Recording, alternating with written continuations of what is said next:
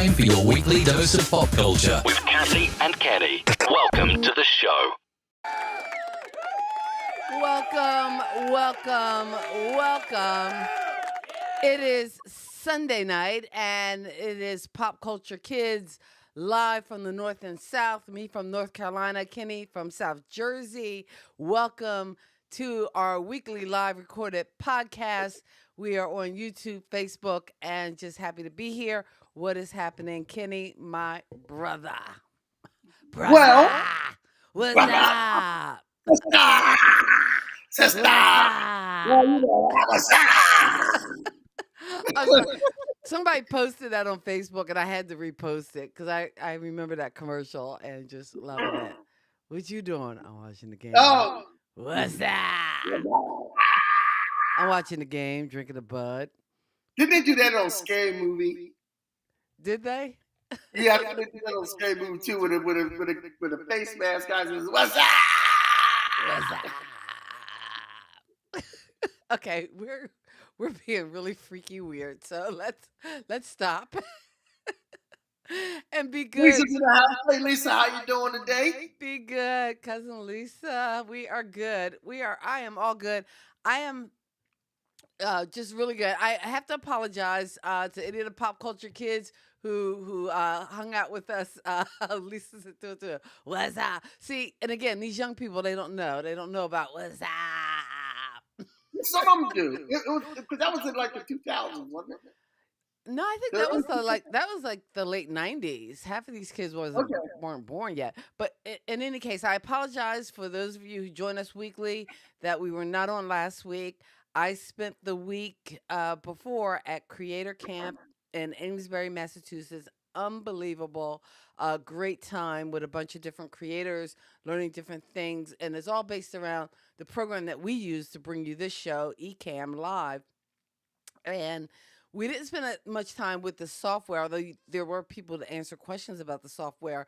But again, just everything that goes into content creation, whether it's pre-production, post-production, monetization, all the different elements that are a part of streaming live. And it was very exciting, and just got to meet a lot of people IRL in real life, which was pretty cool, because I think it's really fun when you get to kind of meet people that you only know by their handles or something. Because for a lot of those folks, I'm either Principal Walker or K-Walk Comedy, but they got to meet Kathy, and I got to meet people like Val and Roy from Tech Troublemaker. It was just a really cool experience. Unfortunately, India Delgado, who Kenny you met because we went to one of her productions, and she was supposed to be one of the speakers, and had gotten into an accident on the turnpike, and unfortunately her car was totaled. She's okay, but she didn't make it. So we're sending out just healing blessings, and hopefully everything will work out for her. But she was missed. But still, a lot of great people and great creators. Oh, Lenore, hey. Hey, Lenore, how you doing? And we are just, again, glad for you to join us. It is Kathy and Kenny Explain Pop Culture. Oh, I'm sorry, Pop Culture Kids. I still want to call it by the old name. Yeah, Kathy can explain, but it's Pop Culture Kids. We are Pop Culture Kids. And, hey, that's who we are, and that's what we will be. That's what we will be. That's what we So, we're going to start off with the news. With the news. Oh, you know what? And again, I have to make all these apologies. I feel so badly, but from going to Creator Camp, the other thing I'm doing is another community theater production. When we were last on the air, I actually won an award for a community theater production I did. I'm in a play called The Cemetery Club. It's about 3 Jewish women who visit their husbands at the cemetery. I don't play one of those women, but I do have a dead husband. I have like it's basically a walk-on role, but but I've been in rehearsals for that, and our tech week has started. So yeah, it's been a lot. It's been a lot of things. So I did not pop up the news like I usually do, but you know what? We'll work through it. And we're not talking about Hillary Duff. We're not talking about Hillary Duff. So apologies. We're gonna start off with Andrew Garfield. Spider-Man. Yeah, well, this time he's not Spider-Man. Andrew Garfield visited Sesame Street recently and talked to Elmo about his mother's death. His mother, Lynn, passed away from pancreatic cancer in 2015. As you know, Sesame Street is one of those shows where they try to teach the kids different things about life. Like when Mr. Hooper died, you know, they instead of getting someone else to be Mr. Hooper, they explained to Big Bird about death and Mr. Hooper going away and everything. So this is another case of explain to kids about their mother's love and things like that, and this and grieving over someone, which I think is just super awesome to do. And Andrew Garfield should be commended for coming on Sesame Street to do that. There was a clip that I meant to watch of him actually doing it, and I never got a chance to watch that clip because every time I sit down to watch it, I forget things. I'm getting old. Isn't that just annoying? I think that's one of the reasons when I auditioned for this show, and one of the things they ask you is, what role were you interested in? And I didn't even put the leads down because I'm thinking, I can't remember all these lines. God bless the women who can. I'm like, God bless them. Because, I'm in there for about 5 minutes and I'm struggling. I'm on the struggle bus. Yeah, I think the last play that I did, I had 2 scenes. Mm-hmm. And the only reason I was in the play is because they needed an older black man to play a role. And one of the cast members goes, I know just a guy. And I know an old guy. I know an old black guy. I know an old black man that can do this. Who's not afraid to be on stage. Let me call him up now. Hey, Kenny, what you doing? Okay, I'll be over there. And I got the role. Call the old black guy. Well, hey, you know what? I mean, I know we're getting into the news, but we just have 9 days. So I want to do a quick little PSA for those of you who haven't. If you haven't put in your vote yet, please make sure you do. There's some places you can early vote, but make sure that you do vote. It's important. Pretty important election. Not telling you who to vote for, but just do it. It's a right. People have died for it. Make sure it happens. Okay, I'm done. Okay. Yeah, like she said, like Kathy said, we don't care who you vote for, just as long as you get out and vote. I mean, I do care, but hey, I'm just going to keep that to myself for now. Yeah, I do kind of care, but just get out and vote, make your voice heard. But in any event, going on with the news, Lin-Manuel Miranda and Issa Davis, Pulitzer Prize finalists, put their musical spin on Sol Urich's The Warriors. And we all remember the movie from 1979. You sent me the link, and I have not listened to it. And you know what I'll do with the show notes for this show? I'm actually going to go back and put the link to that Spotify recording. Because now let me finish here. Okay. 26. Right, okay. It's a 26-song album called Warriors. Warriors are in this one, like we all know from the book and from the original movie in '79. Warriors were a group of guys who went to this big meeting by Cyrus. Can you count, suckers? And that was what the Warriors were. And these Warriors come out to play. They were Coney Island, and they were accused of killing Cyrus. They didn't realize what happened through the movie, but they were on the run. In this rendition, the Warriors are a group of women. Cyrus is a woman, sung by Lauryn Hill. So when I tell you, it seems like I've listened to the whole. It plays. It plays like a play. It plays like an opera, like a musical. This is like I got this on repeat, and I gave this album to George. I said, George, you got to listen to this because he liked movie Warriors too. I talked to him yesterday. He's like, Dad, I've listened to this 5 times already. Oh wow! That's what this album is. You sent me the link. You It sent me the goes. link and I haven't listened to it yet, Yeah, oh but my I God. like the idea that we're taking this classic film, and again, I don't think it was a big box office hit, No, it's more of a but cult classic. it's a cult classic, The Warriors, and not only are they converting it into a musical, but they're also doing a role reversal, so the gangs are gangs of women as opposed to, the warriors that we knew who were trying to get back to Coney Island. Now, here's the thing. This, I urge people to listen to this. It's so, oh my God! It goes from hip hop to R&B to rock. There's got some talking parts in between. You can visual like when you listen to this, you're visualizing the movie itself, Do you and know you're who? kind of visualizing even down to the part where they go by the orphans.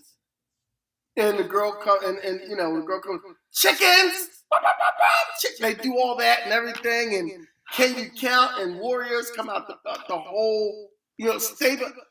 Even to the part where they go, look, we're going to the beach, stay behind me. Even that part, it's like it's so, oh my God, this is so well done. So well done. You would not believe How how long well, how well done this is. Now, lately, I haven't been doing the, putting celebrity deaths in our, because this is so depressing to get to the celebrity deaths. But as we talk about celebrity deaths, and this is the one time we're going to talk about it tonight, one of the original warriors, David Harris, from the movie, passed away yesterday. David Harris, who That's played, timely then. yes, David Harris, who played, oh my God, what was his character? He played Cochise. So he was the guy with the Indian garb on his head. He played Cochise in the Warriors. He passed away yesterday, and so it's kind of like it's right on time. He died from cancer at his home in New York at the age of 75. Okay. Wow. So I urge everyone to listen to that because it's so great. Next on our news.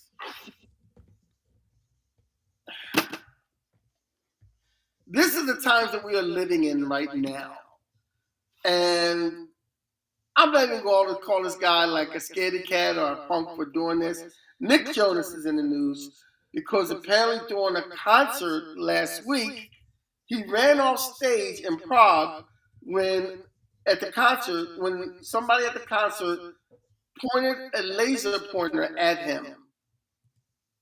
And I guess he thought it was someone pointing like a gun or something like like an aim for a gun, and he ran off. And this is something that's very important. And I'm making this pop culture news because these celebrities, they don't have the same life as we have.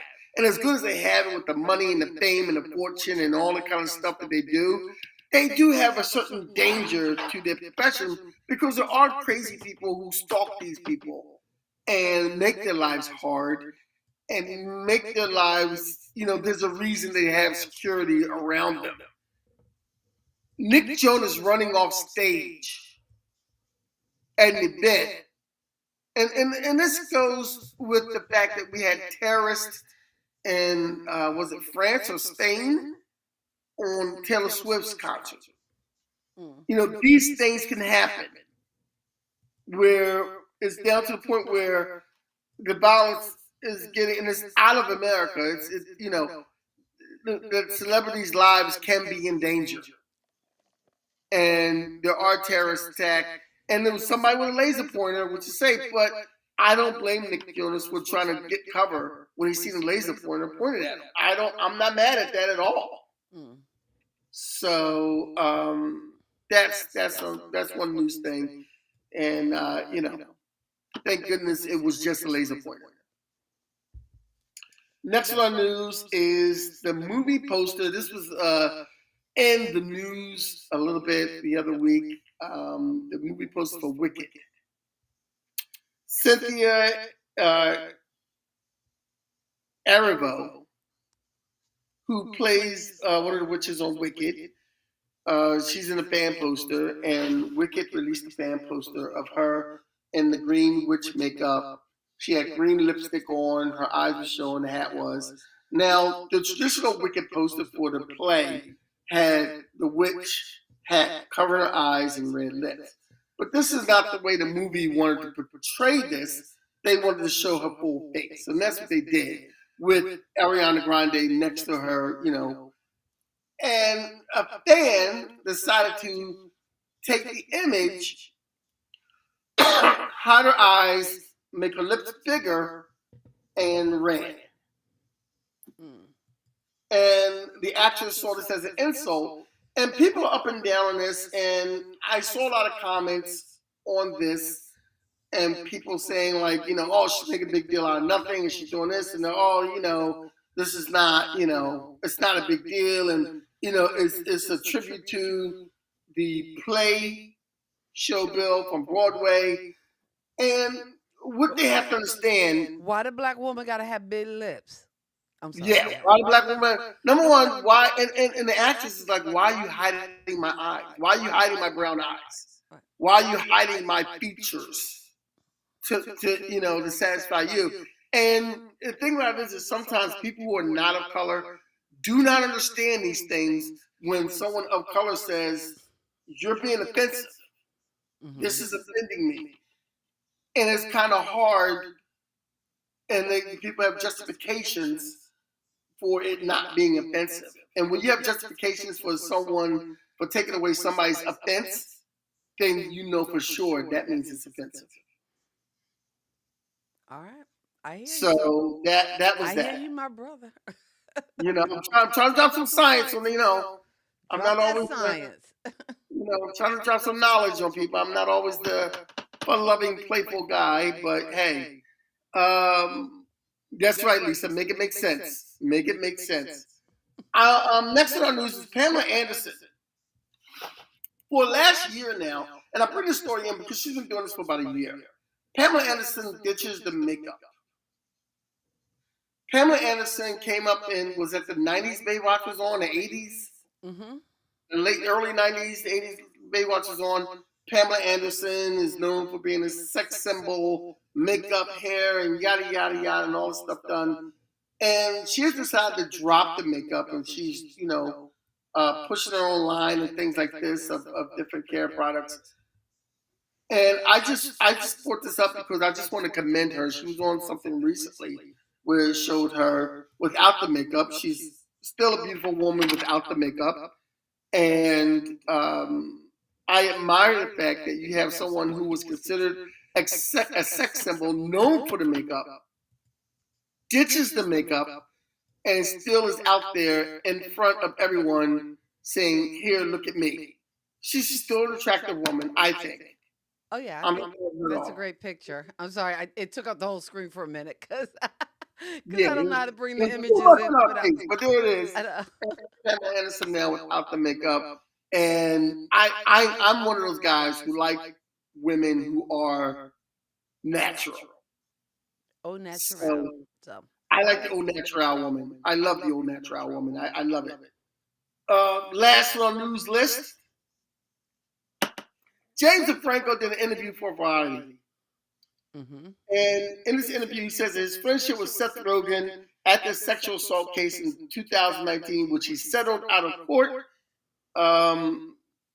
Seth Rogen pretty much goes to them like their friendship pretty much ended. He still loves Seth, but Seth is like kind of keeping his distance from James DeFranco. I'm really not mad at Seth Rogen. No.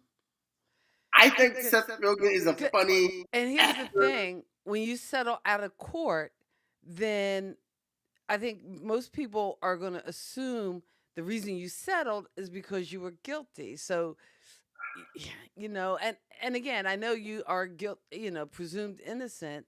But again, when your case settles and it doesn't go to court, kind of like what happened with Michael Jackson, it's like if you pay off people, then it's going to kind of be assumed you're guilty. So people want to put that distance. And I don't know, sometimes with these sexual assault cases with celebrities, you got to wonder if I I don't know.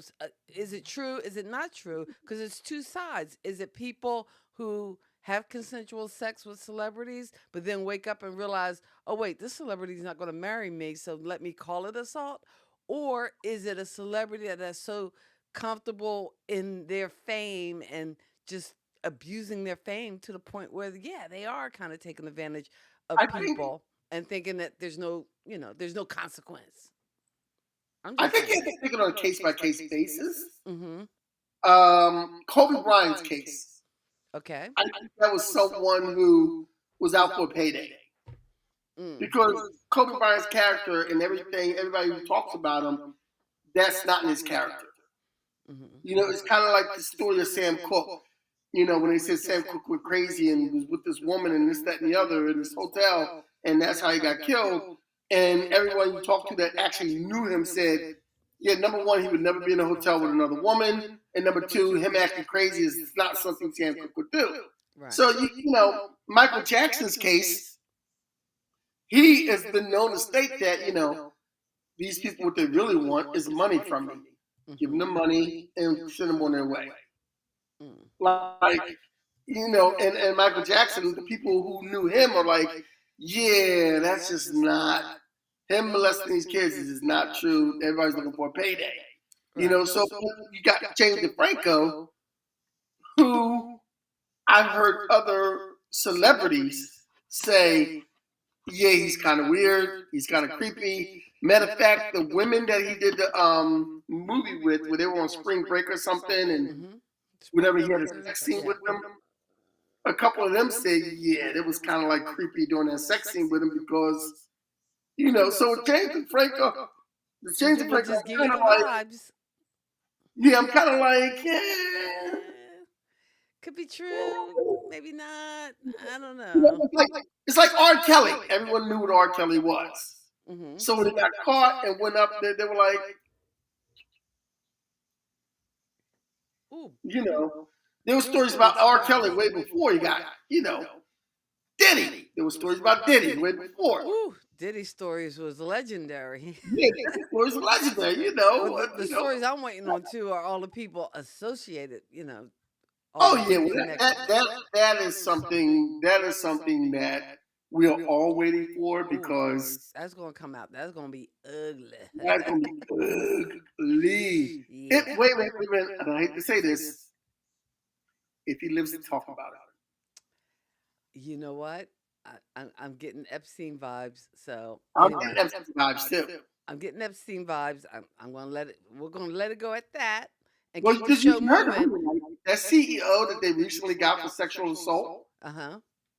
They're saying that Diddy ratted him out, is what the rumor is. Oh wow. Oh So yeah, he he gonna started, turn some names in. If huh? it's, I said he gonna turn some names in.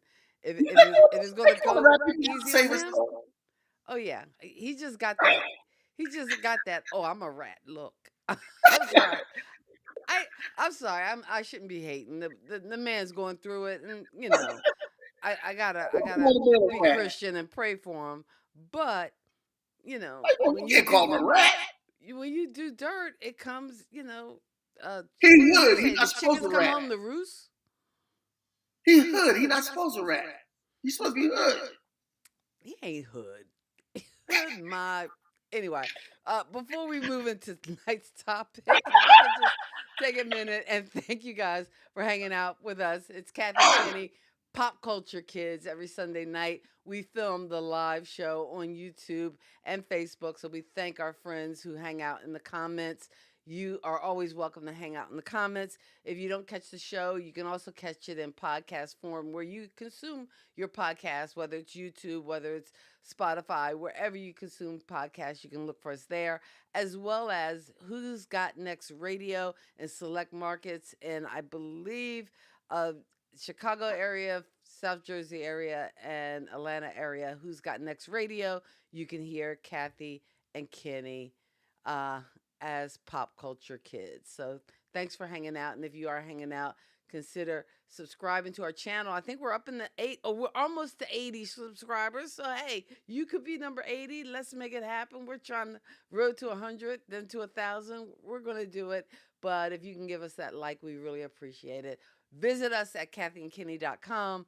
And that's all for the announcements. So, Kenny, talk about tonight's show and your list. Kathy, I got an idea. What are we at, 79 or 78? 79. All right. When we get, if you become number 80 subscriber and you post to us that you are the 80th subscriber, we will send you a shirt. All right. I am down with that. For subscriber number 80, we will send them a shirt. We will send 80 a shirt, we will send 90 a shirt, and we will send 100 a shirt. All right. We have 79 subscribers. 80 gets a shirt, 90 gets a shirt. We're like Oprah now. You get a shirt. You get a shirt. You get a shirt. Woo! Everybody gets a shirt. Okay, so tonight we are talking about John Hughes movies. And this is something that came up in a conversation I had with my son about John Hughes movies, and we're trying to figure out what the best John Hughes movies was. Of course, like always, my son and I always disagree because he has sucky taste in movies, and I have supreme taste in movies. You need to quantify. Kenny, you cannot say you have supreme taste in movies. Your favorite movie is Grease 2.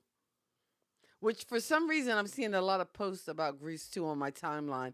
And I think AI is listening to either our conversations or the private conversations when I'm telling people about our podcast. And I'm like, yeah, my brother's crazy. He thinks Die Hard's a Christmas movie. He thinks Grease 2 is the best musical ever. Anyway, watch just to hear his crazy opinions. But in any case...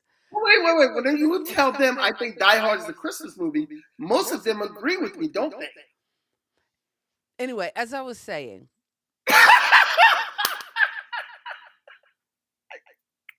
What are you talking about? It was so funny because I tell you, I didn't tell you about this. Friday, I did a improv show. And again, it was just like an improv workout. It was a BIPOC improv, which was really kind of cool because I've done a lot of improv classes and even a part of troops. And usually I'm like the only one, if you know what I mean. But this was a BIPOC kind of improv jam, and we just got up and did a few things. But I was talking to the guys at the ticket office, and I was telling them about my podcast, our podcast. And in fact, they were the Nerd Podcast. I think that was the title of it. I meant to look it up. And he was actually going to subscribe, so he might be number 80. In any case, I said, yeah, my brother and I, we talk about a lot of different things, just pop culture from our youth. I'm a boomer. He's an Xer. And, we kind of meet somewhere in the middle. And basically, the theme of our show is that whether or not Die Hard is a Christmas movie. And they're like, and again, they're all dudes, and they're like, oh, yeah, it's a Christmas movie. And I'm like, I cannot even. It makes no sense. I don't know what you people are thinking about. You can't admit you're wrong, can you? I don't understand. You can't admit that you're wrong about Die Hard being a Christmas movie. Anyway, I can't go there today, Kenny. Let's stick to the topic because we only got 20 minutes left. Okay. So today we're talking about the John Hughes movies that he directed and wrote together. So John Hughes did a lot of movies. Right. Huh? No, because when we first were talking John Hughes, and then I had all these movies in my head, but when we just look at the movies he directed, there are only 8 movies. Right. And in timeline order, they would be Sweet 16, The Breakfast Club, Weird Science, Ferris Bueller's Day Off, Planes, Trains, and Automobiles, She's Having a Baby, Uncle Buck, and Curly Sue. Now, and then people go, well, wait, what about Home Alone? And I don't know, there's probably tons of other movies. And they might have been movies he wrote or executive produced. Mr. Mom, oh my gosh, Mr. Mom would be number 1 off the bat. You fed beans to a baby? Kenny would tell. Mr. Mom is a classic. Come on now. Oh, I wasn't even in aisle 7. Right. We weren't even in aisle 7. You're doing it wrong. Wait, did he didn't have anything to do with stripes, did he? I don't think so. Oh, okay. Yeah, I'm looking at it now, and I don't see stripes on his resume. Okay. So, again, our focus were John Hughes movies that he directed. So, not the ones he wrote, like Home Alone or executive produced or Mr. Mom, because there are some classics in that group, but we didn't go down that route. And the way our show works, generally on any given Sunday, after we do pop culture news, we do tackle a topic. And pretty much my job is just to kind of keep the scenes moving from me to Kenny to both of us, and just switch the camera angles up a bit, throw on a graphic or two when called for. But Kenny actually comes up with the list. All right. Oh, thank you, Lisa. Yes. This Christmas is a Christmas movie. Die Hard is not. Thank you. Rest my case. You know what you and Lisa have in common besides being cousins? Being right. Neither one of y'all are wrapped too tight and know what you're talking about. Anyway, as I said, Kenny usually comes up with the list. So for this list, we were going to rank those 8 movies that I just mentioned. And so Kenny, we'll start with your ranking, and then I will give you the correct ranking. Wow. Is that how we're doing it? That's how we roll it. Is that okay? All right, fine. You know what? Just keep the show moving. Let me show you what the correct ranking for this movie is. I've watched all these movies. Mm-hmm. I've seen all these movies, with the exception of She's Having a Baby, which I watched, and I was like an hour into this movie, and I had to turn it off because at the hour into this hour and a half movie, she wasn't even pregnant yet. So I don't understand the title. She's having a baby, and I hated the movie. So this movie is number 8 on my list. I enjoyed that movie. I thought that movie was a lot of fun. This movie was the worst. And you cannot say enough just about. I know everybody knows him from Footloose, but there was a reason there was like 6 degrees of Kevin Bacon game. Kevin Bacon is a staple, man.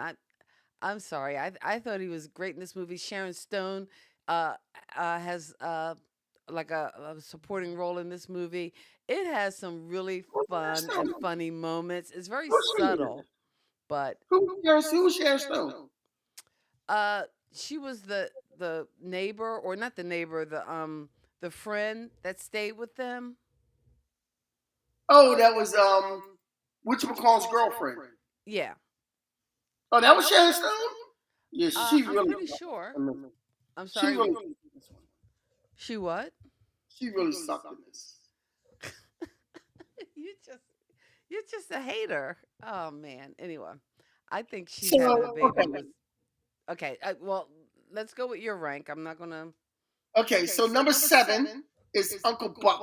Uncle Buck was a good movie, and I was told it was a very good movie, except for the fact that it wasn't really funny. It really didn't tickle my funny bone. I saw where it was going at the end, and it was kind of, it was good though. It was good, but it just didn't hit me. Planes, Trains, and Automobile, which everybody thinks is a hilarious movie. The reason this is number 6 and so low on my list is because I think out of all 8 movies, Planes, Trains, and Automobiles is the saddest one of them all. And the only reason it didn't make the bottom 8 of this list is because as sad as it was better than Uncle Buck, and damn sure better than She's Having a Baby. It had some funny moments, but it was just the ending was sad, and we realized why he was the way he was. Right. It just made the whole thing sad. It made the funny parts not so funny. See, and Lisa's gonna disagree with your order because she loved Uncle Buck. Yeah, Uncle Buck was okay. It was alright. Curly Sue.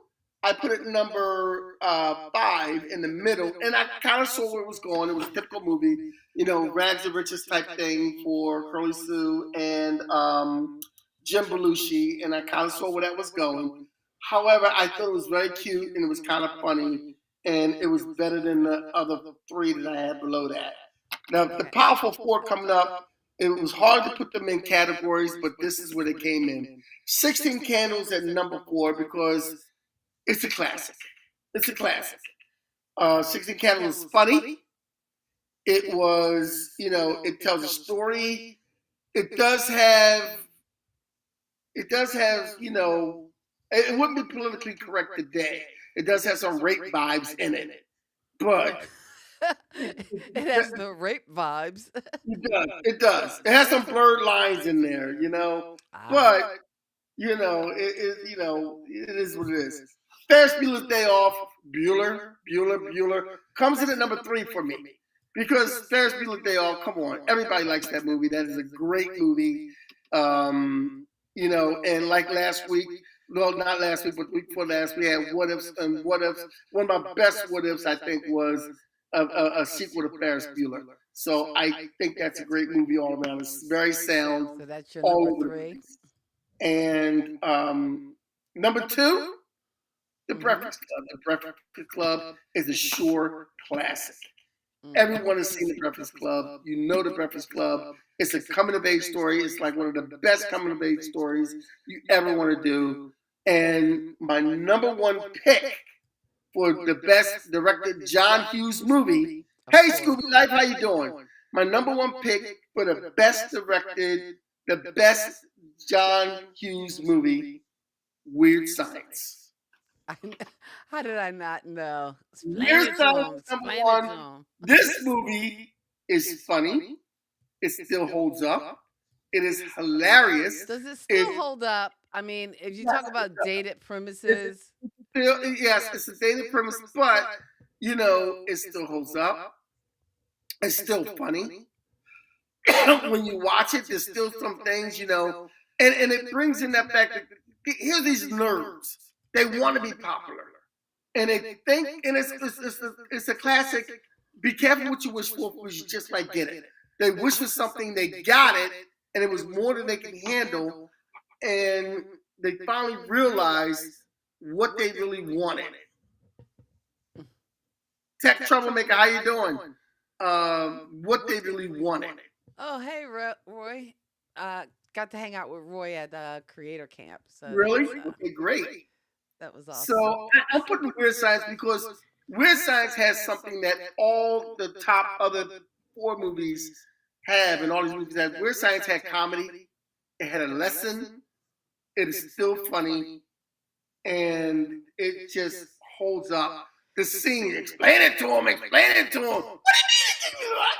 So the idea of these young teenage boys creating this, Kelly LeBrock, bombshell woman or their ideal of a woman, and all that sexism that it implies, and whether that would translate today, that doesn't bother you. No, but see, here's the thing. And yet you say it still holds up. Here's the thing. Uncle Buck came in out of the 8 movies that John Hughes directed. Uncle Buck, for me, came in at number 7. He came in kind of low. But it doesn't matter. But see, they made this perfect woman, but they realized that's not what they wanted. Mm-hmm. They wanted Hilly and Dad. Those were the women those are the girls they wanted. The perfect woman they wanted. And at no time did they disrespect the perfect woman. They didn't make her do anything sexual or anything like that. They treated her with way much respect. So they were obviously good. They were good guys. Okay.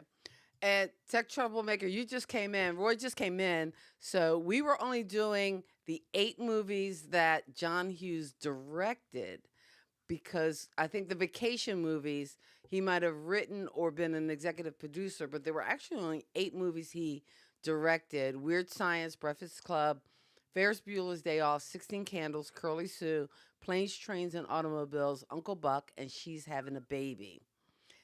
Now, excuse me, the way my list rolls out She's Having a Baby, which I do not recommend for anybody to see if you haven't seen it. She's Having a Baby was good. It's a sucky movie. Oh my God, it's so horrible.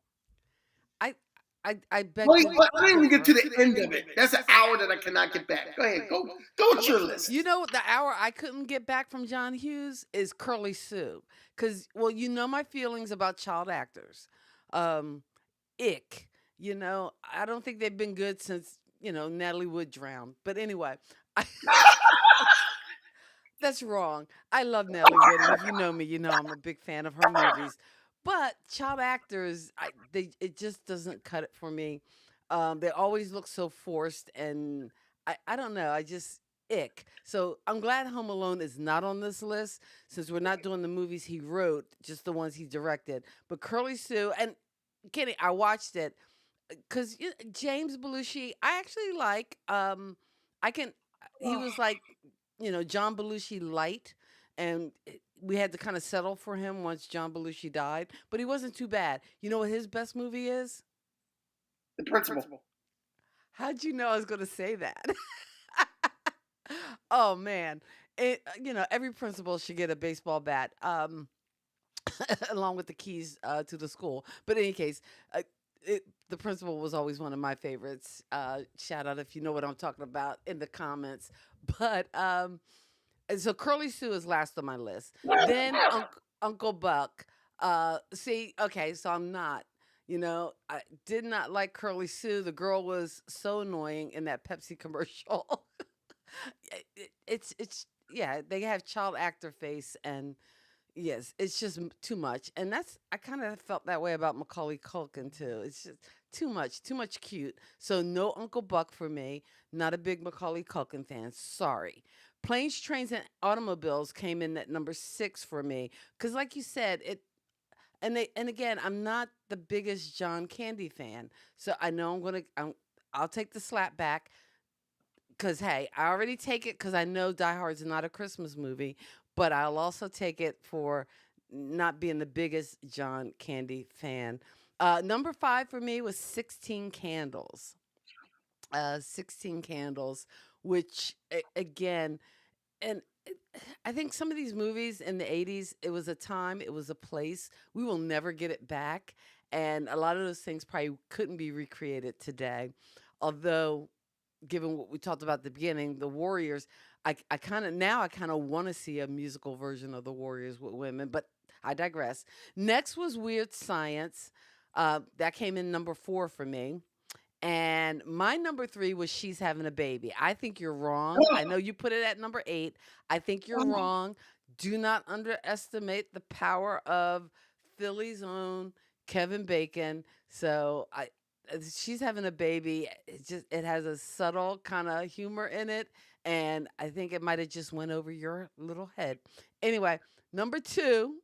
Boy, you're my man. Boy, you are my man, boy. You're my man, buddy.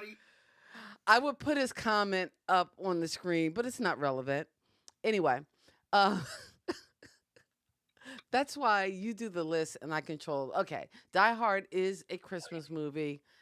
So men think. It has more references to Christmas than Love Actually. No. All right. I've seen Love Actually. Anyway, you've never seen Kenny. You've never seen. We talk about pop culture, Kenny. Even if you know what? Sometimes silence is a recourse you could take. Nobody would fault you for just shutting the hell up. How could you have not seen Love Actually? Just finish with your list, man. How do you get through Christmas without seeing Love Actually? That's a Christmas movie? Now that's a Christmas movie. Big time. Die Hard is a Christmas movie. Okay. Anyway, let's not go down this road. The holiday is coming soon. Oh, wait. Number 3 is She's Having a Baby for me. Number 2. And 2 and 1, it's hard for me to pick. I say Breakfast Club is number 2, and Ferris Bueller's Day Off is number 1. Boom. There you go. So those are my three. Yeah, well, you know what? Here's what we have in common. We both said that number 6 is planes, trains, and automobile. We both put Uncle Buck at number 7 also. We both put Weird Science, Ferris Bueller, and Breakfast Club in our top 4. Hmm. And oh wait, she's having a baby. I know you didn't like that one. Yeah, I don't understand what you saw in that movie. That movie annoyed. You know why I got? You know why I turned it off? I turned it off when they were in the club and he was standing next to his wife, but he's flirting with some woman across the room, and I'm like, dude, that is like you're trying to get like. How is she going to have a baby when you're divorced and she left you? Like, I don't understand. Because some of those scenes and some of the funny moments were those things that were going on inside his head. Then it wasn't funny. Oh. The one thing he said that was kind of humorous was when he invited his friend and her girlfriend to stay over, and he goes, "This is where I messed up," and he goes and he invites her to stay. That was the only part that was kind of humorous. Other than that, the whole thing was kind of stupid. I think you missed it. Anyway, I think of the 8 movies that John Hughes directed, again, I think we can clearly say Breakfast Club and Ferris Bueller's Day Off are the tops. I think a lot of people probably would have put 16 Candles in the top 3. I had invited Katie from the VHS Club because they talk 80s and 90s movies ad nauseum on Thursday nights or most Thursday nights. We would encourage you to check their show out. Very good and on that pop culture bin. But I'm going to be on their show coming up sometime this fall talking about the movie Better Off Dead, which is a favorite of both of ours. So, because, John Cusack is. Raven awesome. Talk with Yolanda. Thank you. Welcome to our podcast. Oh yes, Yolanda. Hello. She just finished up her live going over the game, which again I was listening to parts of it. I didn't even get to chime in the comments because I don't think it was. Oh, she's a Baltimore Ravens fan. Baltimore Ravens, yeah. So she kind of previews the games and then reviews after the games, and I don't think it was a good Sunday for them. And I know don't start with your whole football thing. We're not going down that road. Right now, today we were ranking our favorite John Hughes, or not our favorite, the 8 movies that John Hughes directed, which include Curly Sue, Uncle Buck, Planes, Trains, Automobiles, 16 Candles, Weird Science, She's Having a Baby, Breakfast Club, and Ferris Bueller's Day Off. My top 3 are on my side. Kenny's top 3 on his side. I would, if we were doing the movies he wrote or executive produced, Mr. Mom would definitely be in my top 3. Oh I yeah, can Mr. quote that movie almost verbatim. Yeah, Mr. Mom would definitely be in the top. And other movies he did. That's the only other one I would put in there because I really wasn't a big fan of Home Alone. I really wasn't a big fan of the vacation movies because I'm not a big fan of Chevy Chase. The only thing Chevy Chase did that I liked was Caddyshack. The ones, Caddyshack. Caddyshack is a classic. Yeah, that's the only thing he did that I like. But Pretty in Pink would have been on my list. Mr. Mom would have been on my list. Pretty in Pink definitely would have been on the list. Yeah, Mr. Mom. Pretty in Pink, Mr. Mom. And there's another one he did I saw on the list that he had something to do with that I would have definitely been down for. And trying to see what that was. I saw it a minute ago, but I would not have like the popular ones are. He did the story for Made in Manhattan, which I love that movie. I think it's so cute. I've never seen that one. And how do you know if you really love a movie or whether they just show it on TBS so many times, you've seen it so much? Well, here's the thing. You really love a movie because when it comes on so now, especially with streaming, things are so easy to get and so easy to watch all the time that if you watch it over again on purpose, then you know you love the movie. if you just flicking channels, it's on, and you go, oh yeah, okay, well here you go. Let's just keep that on in the background. Then like today I was watching just one of the guys on Tubi. Oh, I like that movie. Just one of Yeah, the guys.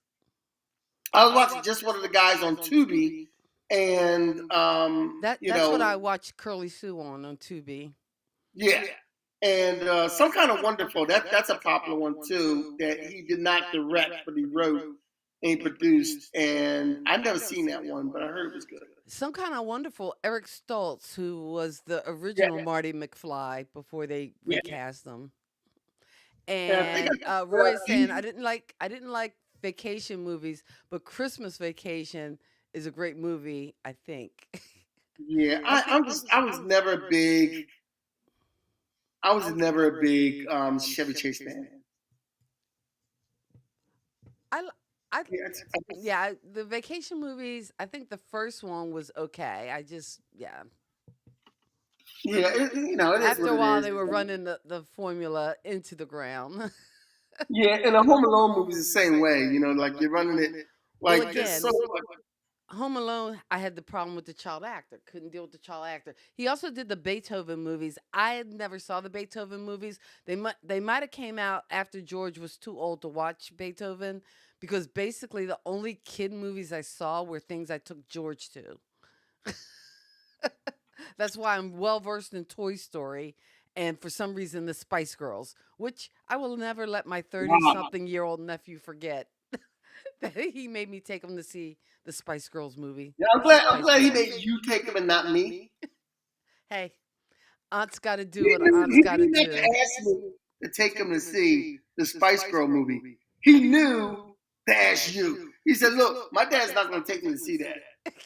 I know my dad's not taking me to see the Spice Girl movie. I know who to ask." It's not happening. Oh, my So, Kathy's hey, going. She'll do. before we wrap up, for our friends and pop culture kids hanging out with us, if you could put into the chat what your number one of those 8, not the other ones that he might have did the story or wrote the story or executive produced, but of the 8 that we mentioned: Weird Science, Breakfast Club, Ferris Bueller's Day Off, 16 Candles, Curly Sue, Planes, Trains, and Automobiles, Uncle Buck, and She's Having a Baby. What would be your number one John Hughes movie? You know what? Give us your top three. Give us your top three. Top 3? Okay, top 3. Top 3. Give us your top Nobody's three. top 3, I can tell you, Kenny, is going to include Weird Science. I'm telling That's you, just the you'd be vibe I'm very getting. surprised. You'd be very I know surprised. She's Having a Baby might not be on everybody's list because I don't know whether that movie um, It sucked. did well box office wise. It shouldn't have. It sucked. It went over your head. You just couldn't stick with it. Bad. Lisa's saying You Uncle know Buck what? is her favorite. I would rather have watched. What was that bad Tom Hanks movie that he did? Vanilla Sky. I'd rather watch Vanilla Sky than watch Vanilla that. Sky was bad. That was That was painful. I'd rather watch that. Although, Give me an English movie did over you She's watch Having a Baby. Magnolia? Because that was Huh? another one that was kind of hard to get through. What? Tom Hanks wise. Not Tom Hanks, Tom Cruise wise. Tom Cruise. Yeah, I mean, give me an earnest movie over giving me the She's Having a Baby stuff. All right. Roy is saying Uncle Buck, Ferris Bueller's Day Off, and Planes, Trains, and Automobiles. Again, I could go with your Planes, Trains, and Automobiles. I don't know whether I could do the Ferris. Oh, Steve's in the house. Ferris. Breakfast Club, Planes, Trains, and Automobile. And like I said earlier, That's a good I list. like Planes, Trains, and Automobile. It was just the ending made it so sad that it kind of negated all the stuff I laughed at during the whole movie. But doesn't the best comedy also bring out that I think you get the best humor from a little bit of tragedy. So I don't know. I kind of like when my humor has a like a little sad turn. That was my favorite part of the old series Soap. It could be funny. It could be funny word funny. It could be slapstick funny. But then every once in a while, you had like these moving, touching moments. This conversation Jessica is having with Corinne, or I don't know. I And don't know. I like a little emotion and a little sadness with my comedy. maybe The thing about Planes, I'm Trains, that and dark. Automobiles is that the actor in that died young, at a young age. And the last shot at this sad movie, and he has a sad life because he doesn't have his wife. The last shot of this movie is a picture of John Candy. And it's like, okay. And now, after he dies, it kind of hits a lot different. Oh, okay. It makes it even sadder. It is a sad ending. I agree, Steve. You're right. It makes It it is a even sad sadder, ending. like because he passed away at an early age, you know, and it's like, Yeah. you know, yeah. I don't. But I Look, will agree, Roy, Planes, Trains, and Automobiles is about the only Thanksgiving movie. Well, no. Well, actually, is it Miracle on 34th Street a Thanksgiving movie? is that a Christmas movie? But does it? It's all around. It's based around the Macy's Thanksgiving Day Parade. Okay, well, yeah, true that. And there's another one of the holiday movies. There were a couple of holiday movies. It was funny because one was like the Spanish version, one was the black version, and one was the white version. But I thought one of those like Home for the Holidays. I thought they were home for Thanksgiving as opposed to Christmas, but I could be wrong. Yeah, I gotta there's think other about ones. that. Maybe for We did a Thanksgiving show one time on Thanksgiving movies. did we? I think we did. I'm pretty sure we did. I gotta check the archives. But I would say Planes, Trains, and Automobiles is probably the most famous Thanksgiving movie. Kenny, we are at the top of the hour. We will be back next week talking about what? Next week, I have a couple of topics I wanted to do, but I think we are going to take it back because it's been a while since we did anything about music. All right. And since we are like pop culture kids and you're an Xer, I'm an Xer and you're a boomer, I think we need to take music back to the time when it was good. Yeah, when there were actual bands. I can't. God, that makes me feel so old. I know I'm 60, but dag, it makes me feel so old. But we gotta take it back. I want to take it back to a time when it was actual bands. You know what the problem is, Kenny? With streaming, we don't have liner notes anymore. And since we don't have liner notes, you can't read along with the words and really get into it. I'm just saying. That's why I like vinyl, and I collect my vinyl. And in the vinyl, you get these old vinyl records. There's liner notes inside these old vinyl records. But I think next week we should talk about some of the best bands. All right.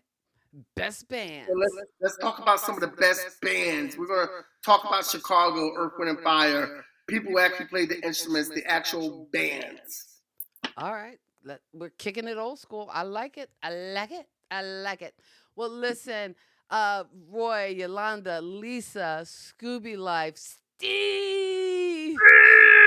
We want to thank all you guys for hanging out with us on a Sunday night. Pop Culture Kids coming to you from the North and the South, North Carolina, South Jersey. We will see you next Sunday. As always, in parting, we wish you love, peace, and pop culture.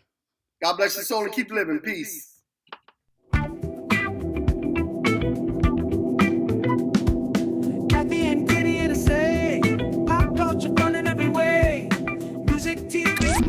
Thank you for geeking out with Kathy and Kenny on Kathy and Kenny Explain Pop Culture.